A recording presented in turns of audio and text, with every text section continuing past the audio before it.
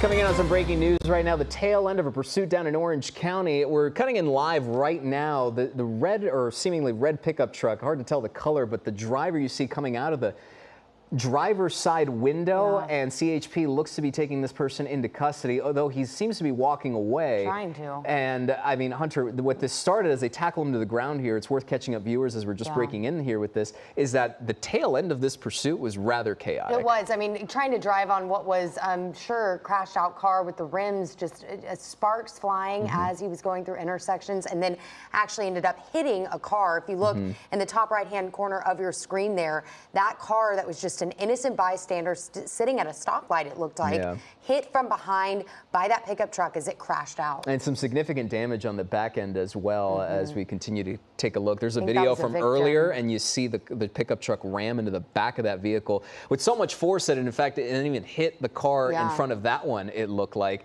And then that's when CHP came into the frame, officers running out and just talking to the suspect, still trying to figure out what exactly prompted this pursuit to begin with, what the want was, and how long this went on for, because those sparks were flying for quite a bit. The car seemingly going in and out of control a little bit, but there's the suspect on the bottom right, left-hand side of your screen right there.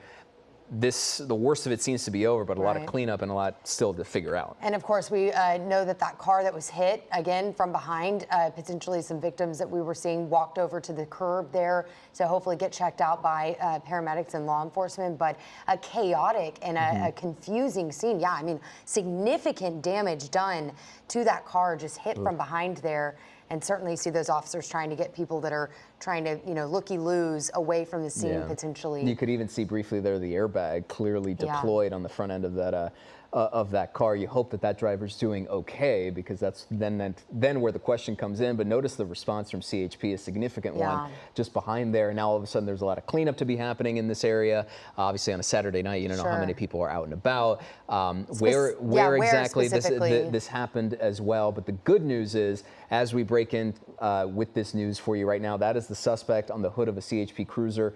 Officers off of Imperial Highway and Studebaker Road seemingly have this under control. And once we figure out the details, of course, as to what led up to this, because we were trying to figure that out before breaking in for you with this news as to why they wanted this suspect to begin with. And it seems like he was the only other person in that car as he was crawling out of the driver's side window. But still a lot to sort of sort out. Exactly. Again, this happening all in Orange County. You can see a chaotic and large law enforcement presence here as we continue to track this. Of course, we're going to follow this along, update you when we have that information. It does appear that suspect, though, still resisting officers to some degree, potentially.